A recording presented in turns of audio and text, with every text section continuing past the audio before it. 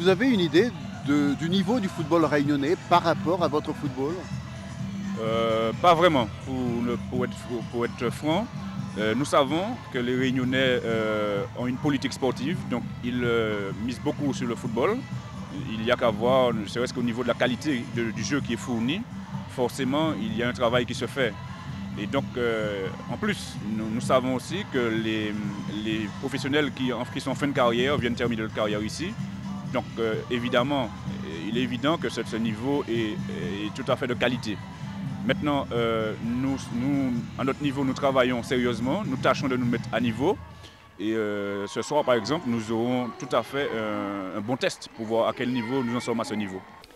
Ce qui est certain, c'est que les Martiniquais qui jouent en vert face à la Tamponaise en blanc sont sans conteste les plus forts au niveau des Antilles par rapport à la prestation des Guadeloupéens et des Guyanais que l'on avait vu juste avant. Donc des Martiniquais qui posent d'ailleurs beaucoup de difficultés aux joueurs tamponnais en ce début de match. Des tamponnais qui doivent compter sur un peu de réussite, comme ici avec Michael Sainton, et de réussite également au niveau offensif, puisque sur leur première véritable action, Sangoro pour Bako, une petite balle piquée sur la tête de Claude Jean-Maurice qui devance le gardien de l'équipe martiniquaise et qui ouvre le score. En tout cas, le but est validé. La balle ayant, aux yeux du juge de touche, franchi la ligne. On ne le verra pas nettement sur cette image au ralenti, on le devinera davantage. En tout cas, la Tamponaise mène par 1-0 face à une vaillante équipe de la Martinique qui encaisse un deuxième but avec toujours autant de réussite pour les Tamponnais. Cette fois, c'est Eric Faro qui donc permet à son équipe de mener par 2-0 sur la deuxième véritable action. Le ralenti pour le plaisir de voir le salto arrière de l'attaquant tamponais. 2-0 à ce moment-là, évidemment, le match est loin d'être plié puisque la domination reste quand même légèrement au niveau du nombre d'occasions, en tout cas des plus franches pour l'équipe martiniquaise, comme là encore sur ce tir sur le poteau, avec donc beaucoup de chance pour l'équipe de la Tamponaise. Nouvelle attaque des joueurs du club franciscain, cette fois-ci sur le côté droit, cette fois c'est Michael Sainton qui intervient joliment, donc qui retarde l'éventuel but qui aurait pu relancer l'équipe martiniquaise. Il n'en sera rien puisque Eric Bako sur cette superbe ouverture trouve Rado qui va servir Claude Jean-Maurice. Impeccable, c'est propre et ça fait 3-0. Le score à la mi-temps. Totale réussite des Tamponnais. On va revoir ce but de Claude Jean-Maurice qui signe ainsi son deuxième but de la soirée, deuxième but personnel. La Tamponaise évidemment se met quelque peu à l'abri à ce moment-là.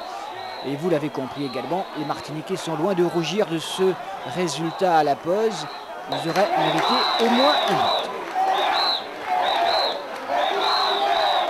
Et 1, et 2, et 3, on connaît la chanson. En début de seconde mi-temps, nouveau également scénario qui ressemble bien en tout cas à celui de la première mi-temps, avec des occasions pour l'équipe martiniquaise. Mais cette fois, c'est également la Tamponaise qui se crée des occasions, mais qui rate, comme sur ce tir de Laval sur le poteau. Les Tamponnais prennent tout de même le match à leur compte peu à peu et inscrivent un quatrième but par Rado bien lancé dans le dos de la défense martiniquaise. 4-0 à ce moment-là. Évidemment, le score est extrêmement lourd et la physionomie du match va quelque peu changer avec une équipe tamponaise qui domine beaucoup plus nettement maintenant son adversaire et qui se crée des occasions. Il faut un excellent gardien dans les buts du club franciscain pour empêcher la déroute des Martiniquais qui auraient pu quand même sauver l'honneur. 4-0 pour la Tamponaise, score final. La coupe reste à l'arrêt. Difficile dans les 10-15 premières minutes. Il a fallu être costaud derrière, bien placé, parce qu'ils ont quand même de grosses qualités offensives. On a vu, ils ont vraiment de bons joueurs devant.